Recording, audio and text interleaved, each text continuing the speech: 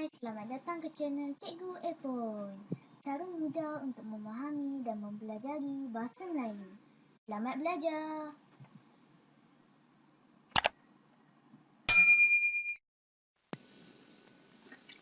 Khabar murid-murid, berjumpa kita lagi dalam channel Cikgu Epon.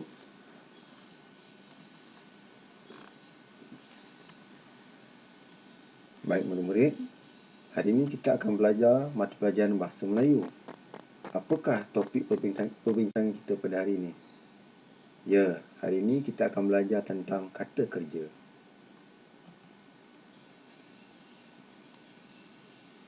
Apa agak-agaknya kata kerja murid-murid?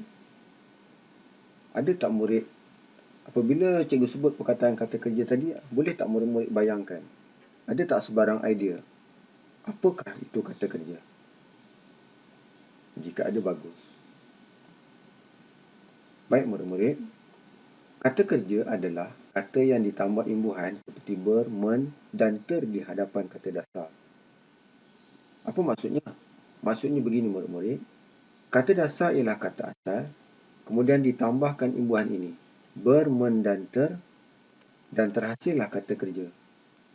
Masih belum jelas? Tak apa, kita tengok lagi.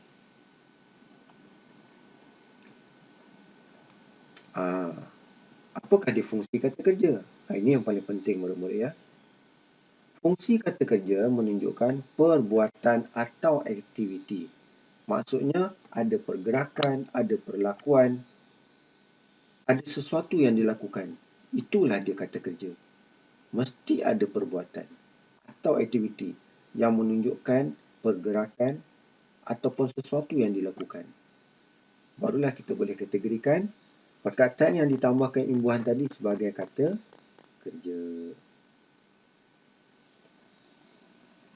Baik. Di sini cikgu akan terangkan pembahagian kata kerja murid. Ya. Kata kerja murid ada 3. Yang pertama, kata kerja tak transitif. Yang kedua, kata kerja transitif. Dan yang ketiga, kata kerja pasif. Apakah ketiga-tiga kata kerja ini? Mari kita lihat satu persatu. Baik. Kata kerja tak transitif adalah kata kerja yang dapat berdiri sendiri dan tidak memerlukan objek. Apakah maksudnya murid-murid? Mari kita lihat. Maksudnya begini murid-murid. Di sini cikgu ada berikan 2 contoh, iaitu beratur dan menangis. Okay. Apabila kita gunakan perkataan beratur ataupun menangis, ni cikgu ambil contoh menangis. Okay. Adik menangis.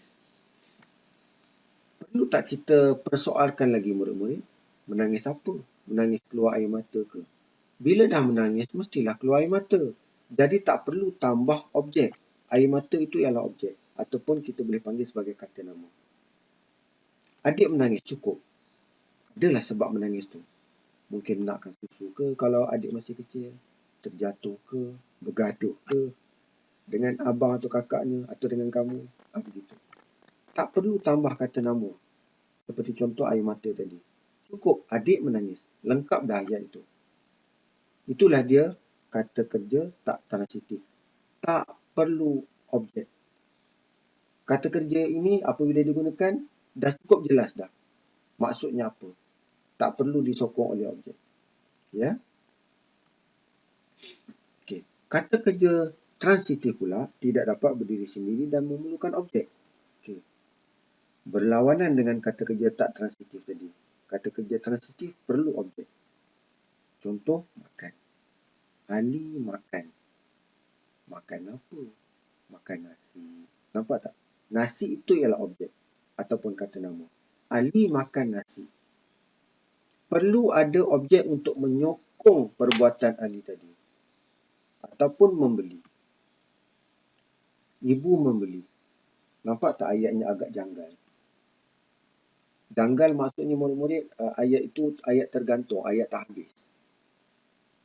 Okay. Ibu membeli sayuran. Oh, nampak sayur-sayuran itu ialah objek. Ataupun kata nama yang menyokong kata kerja tadi. Nampak tak? Tidak dapat berdiri sendiri dan memerlukan objek. Itulah dia kata kerja transitif. murid-murid ya. Tak susah. Dan yang ketiga ataupun yang terakhir, kata kerja pasif. Terhasil daripada ayat aktif menjadi ayat pasif. Apa dia ayat aktif? Cikgu terangkan dulu. Ayat aktif murid-murid maksudnya pelaku ataupun orang yang melakukan itu ataupun subjeknya di hadapan. Maksudnya nama di hadapan nama orang. Okay, contoh, cikgu ambil perkataan di sini. Mengutip. Ahmad mengutip sampah. Nampak tak? Ahmad di hadapan. Ahmad ialah subjek di hadapan. Kemudian mengutip dan sampah di belakang. Ahmad mengutip sampah. Tetapi apabila kata kerja pasif, kita ubah mengutip tadi jadi dikutip. Apabila telah diubah jadi dikutip, sampah perlu diletakkan sebagai subjek di bahagian hadapan. Sampah dikutip oleh Ahmad. Itulah dia kata kerja pasif. Jelas murid-murid? Kita teruskan. Bagaimana murid-murid dengan penerangan cikgu tadi? Anda faham? Mungkin anda masih sama-sama. Tapi cikgu boleh bayangkan murid dah dapat sedikit panduan apakah itu kata kerja. Baik. Untuk lebih jelas, mari kita lihat contoh yang cikgu telah sediakan.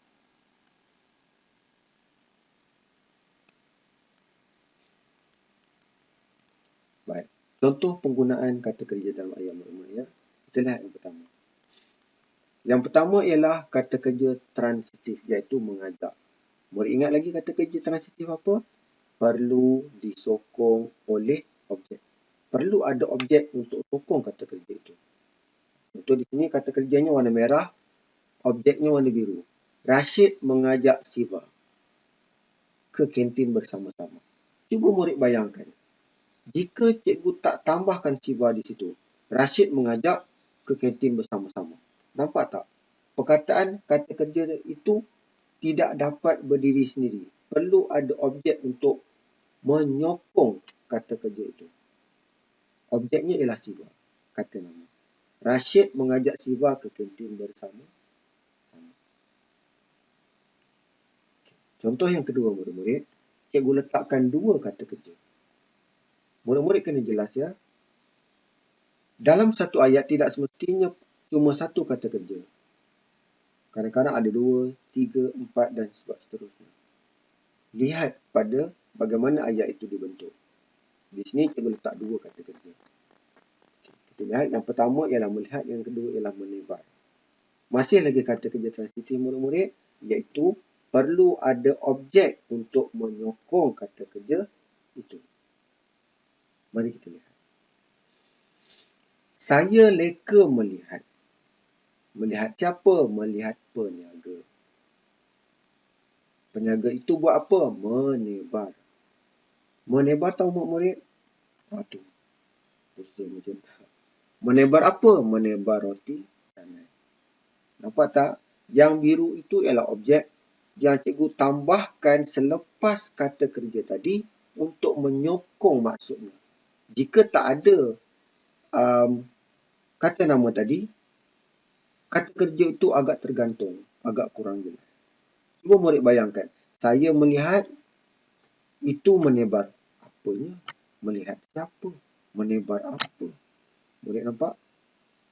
Itulah dia kata kerja transitif, perlu ada objek. Masih lagi perbuatan, melihat ialah perbuatan, menebar ialah perbuatan, tetapi perlu dijelaskan dan disokong oleh objek. Boleh murid-murid?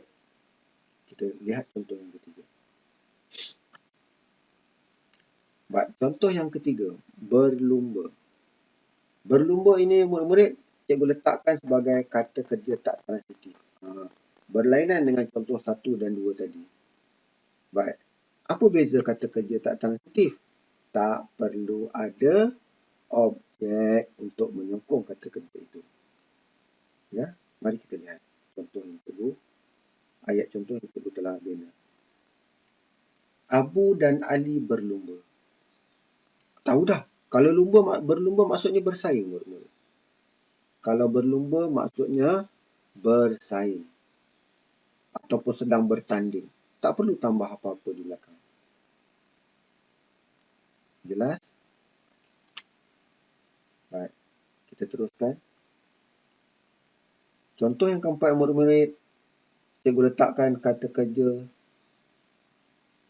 Sebenarnya silap tu ya, kata kerja pasif, bukan kata kerja transitif. Dikutip. Daun itu dikutip oleh Ramzi. Nampak tak? Objek cikgu letakkan di belakang, predikatnya di hadapan. Daun di hadapan, orang yang melakukannya di belakang. Daun itu dikutip oleh Ramzi. Murid jelas? Ingat ya? Cikgu silap di situ. Sepatutnya itu ialah kata kerja pasif, bukan kata kerja transitif. Contoh yang keempat ialah contoh kata kerja pasif. Boleh murid-murid?